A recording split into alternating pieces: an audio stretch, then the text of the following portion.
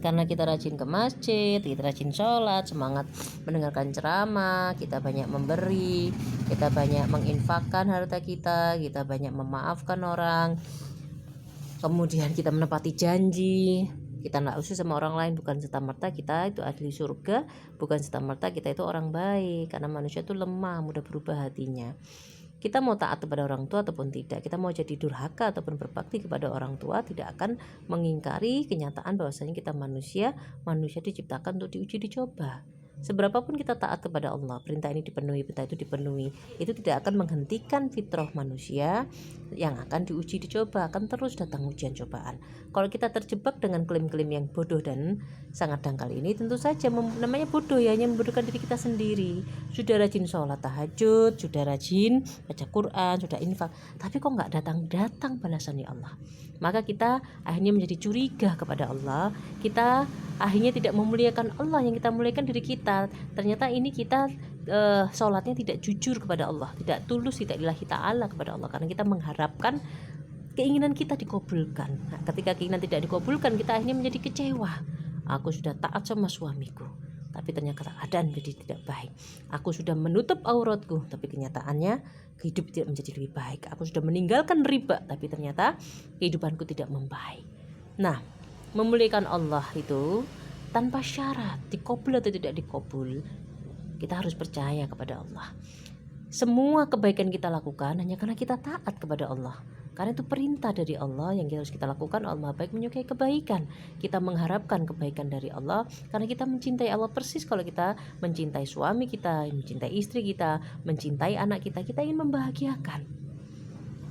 Yang disebut dengan tulus hanya karena pengen dia bahagia saja kan, hanya pengen lihat istri tersenyum, lihat suami merasa sebagai laki-laki yang hebat, pengen lihat anak. Nah, tapi ini adalah Tuhan sang pencipta. Kita tidak menyenangkan dalam konteks seperti itu, tapi kita seorang makhluk yang memang sudah seharusnya beradab seperti itu. Jadi ketika kita memilih untuk memaafkan, maka itu adalah karena itu suatu kewajiban. Ketika kita memilih infak, karena itu adalah sesuatu yang disukai oleh Allah, kewajiban yang dipilih, diharapkan untuk kita lakukan oleh Allah. Jadi bukan karena kita baik, tapi karena kewajiban. Ketika kita terus-menerus seperti itu, namanya bodoh. Ini kita terjebak dalam kesombongan, dan kesombongan menjadi hijab, sebagaimana yang didhawuhkan Rasulullah. Manusia tidak pantas sombong, karena sombong itu adalah kita ini loh tidak punya urip. Hidup itu bukan milik kita. Kita nggak bisa menafkahi diri kita.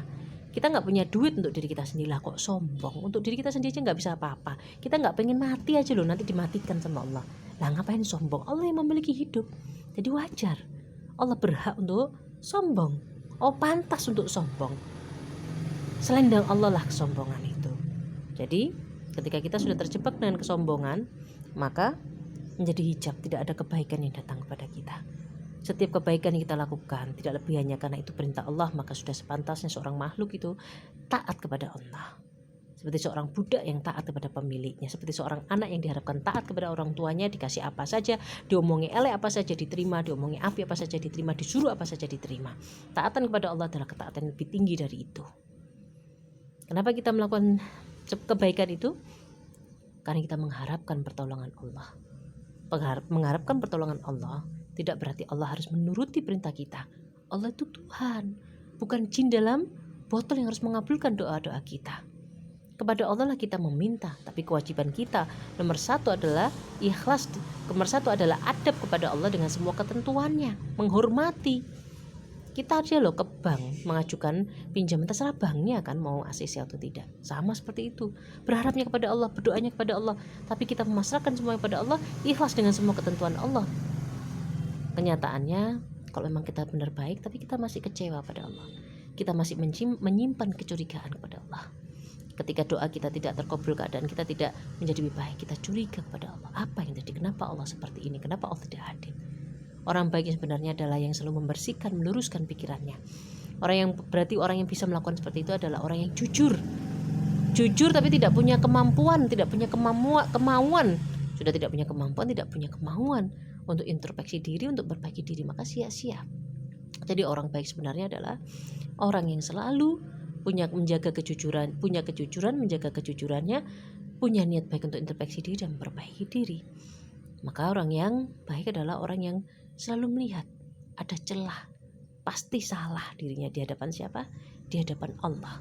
Orang baik adalah orang yang dia memilih untuk jadi baik di saat dia sulit, di saat dia terhimpit, dia memutuskan untuk baik karena itu disukai oleh Tuhannya. Orang baik adalah orang yang merendahkan dirinya kepada Allah, yang selalu melihat dirinya selalu salah. Tuhannya adalah kudus maha suci. Kalau kita merasa orang baik itu kesombongan, orang baik mana mungkin sombong. Jadi mari kita nyuwun kepada Allah, mari kita berdoa kepada Allah agar Allah menghentikan semua kesombongan kita, menghentikan semua omong kosong kita, dan menggantinya dengan kebaikan, dengan kejujuran.